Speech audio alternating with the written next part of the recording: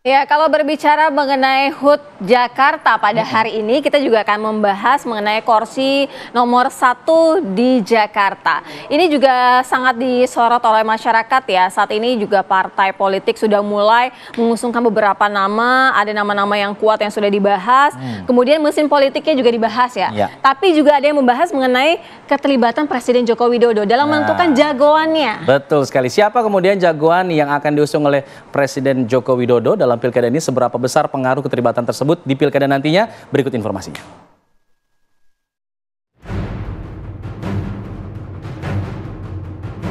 Spekulasi peran Presiden Joko Widodo dalam pencalonan tokoh di sejumlah daerah kini mencuat menjelang gelaran Pilkada 2024. Setelah sukses dalam pemilihan Presiden 2024 lalu, pengaruh Jokowi agaknya bakal menyebar ke pertarungan pemilihan kepala daerah 2024. Putra bungsu Jokowi, Kaisang Pangarep, yang juga Ketua Umum Partai Solidaritas Indonesia atau PSI, digadang-gadang maju di Pilkada 2024 pasca putusan Mahkamah Agung soal batas usia calon gubernur dan wakil gubernur. Kaisang pun santer bisa bertarung di Pilkada Jakarta. Lantas kemudian, partai mana yang bersedia menggaet Kaisang di Pilkada Jakarta? Sejauh ini partai yang berpeluang menjadi jalan Kaisang di Jakarta hanyalah Partai Golkar dan Gerindra. Usut punya usut, Kaisang dipasangkan mendampingi Ridwan Kamil yang berseragam Partai Golkar dengan dukungan penuh Partai Gerindra. Namun lagi-lagi, langkah Kaisang untuk melenggang di Jakarta terganjal Anies Baswedan yang memiliki hasil survei tinggi sebagai petahana. Bahkan saat ini sosok Anies juga mulai dilirik PDI Perjuangan yang menjadi rival di bursa pilkada. Meskipun dukungan dari Jokowi dianggap signifikan, kapabilitas calon dan faktor pilihan publik tetap menjadi penentu hasil pilkada. Akankah tuah Jokowi masih moncer di Pilkada Jakarta 2024? Tim TV One mengabarkan.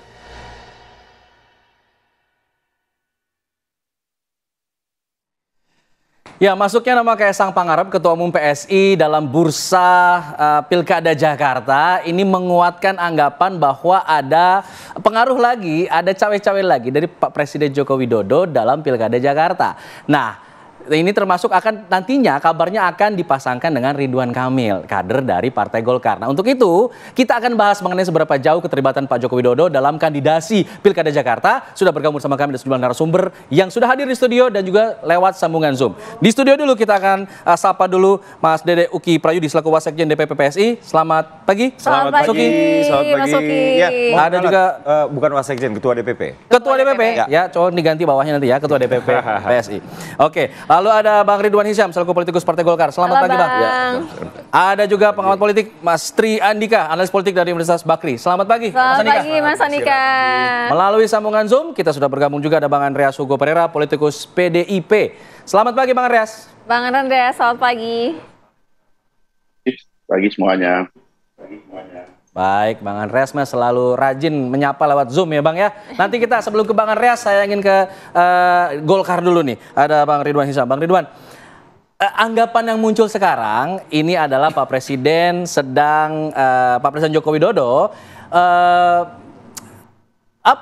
terlibat dalam kandidasi ex gubernur yang suka nyanyi Ridwan Kamil ya. Ridwan Kamil yang kemudian maju di Pilkada Jakarta. Apakah memang anggapan itu bisa dikonfirmasi atau bagaimana? Sejauh mana sebenarnya keterlibatan Pak Joko Widodo dalam kandidasi Pak Ridwan Kamil? Ya, jadi begini, Golkar ini memang banyak masyarakat yang belum mengerti di dalamnya.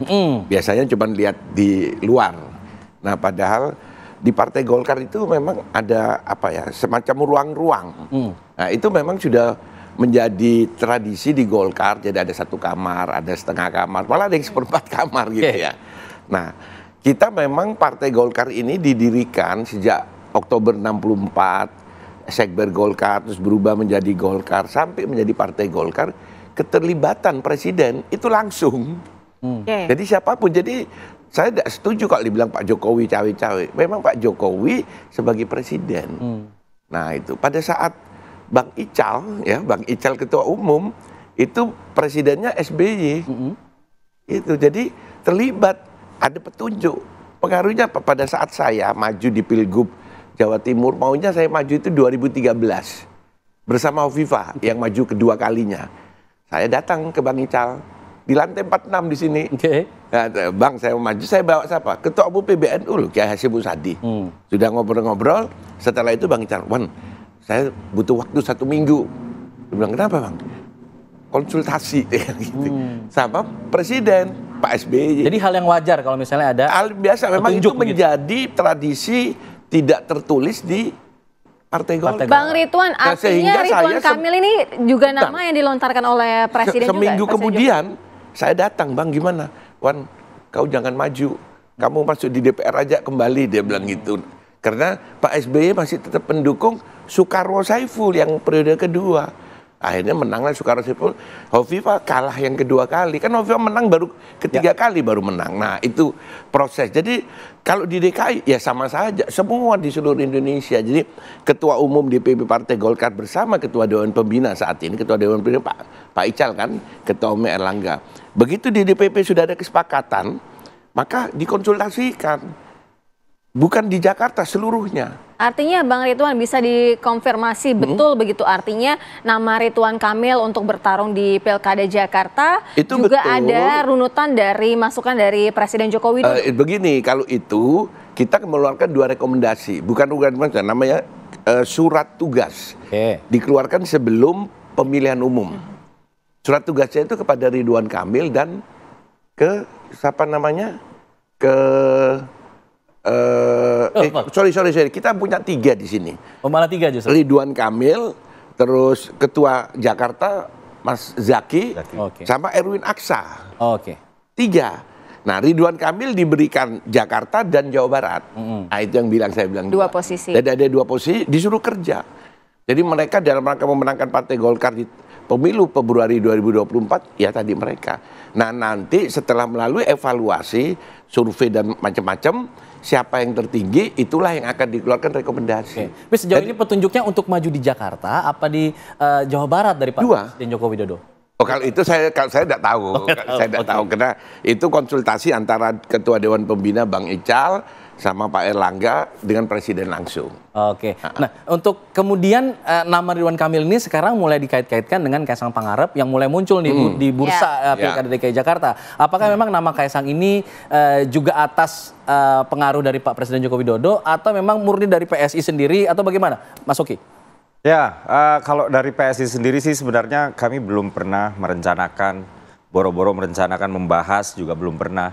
Apalagi secara formil mendaftarkan nama ketum kami ke Des Pilkada kami, itu juga belum pernah. Tapi ketumnya yang ngomong sendiri, saya pengen disandingin sama Pak Anies. Tapi sekarang ngomongnya beda saya sama Pak Anies. Ini beda-beda nih. Enggak, ketika ditanyakan siap ya siap ya. Tapi kan begini, kita itu tidak mau melongkahi ya, karena kan putusan MA ini belum menjadi PKPU. Gitu. Apabila misalnya ini kita berandai-andai ya, kita sudah membahasnya, merencanakannya, melakukan simulasi nama, membangun chemistry, simulasi konfigurasi partai politik dan lain-lain, tahu-tahu nggak menjadi PKPU, ini kan akhirnya akan menjadi usaha yang sia-sia.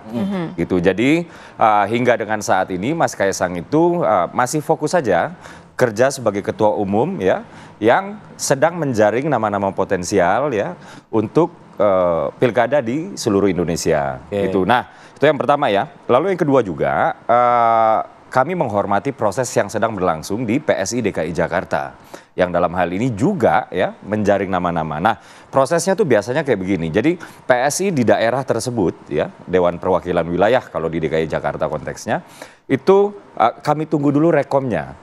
Gitu. Jadi misalnya minggu yang lalu kalau nggak salah itu Ketua Forkabi ya sudah mendaftarkan namanya untuk maju di Pilgub DKI misalnya ya, dan lain-lain. Nah, rekom dari PSI di wilayah tersebutlah yang kemudian sebelumnya diserahkan dulu ke DPP, baru DPP akan membahasnya secara serius. Nah, hingga saat ini ya ada beberapa daerah yang sudah memberikan rekom Dan kami langsung bahas secara serius dan sudah kami putuskan bahwa kami mengusung tokoh-tokoh tersebut misalnya. Kalau nama Jakarta siapa yang keluar? Nah, Jakarta ini belum. Dan kita mesti ingat ya, yang meramaikan Mas Kaisang untuk maju di pilkada-pilkada nggak hanya DKI, itu kan bukan dari PSI-nya.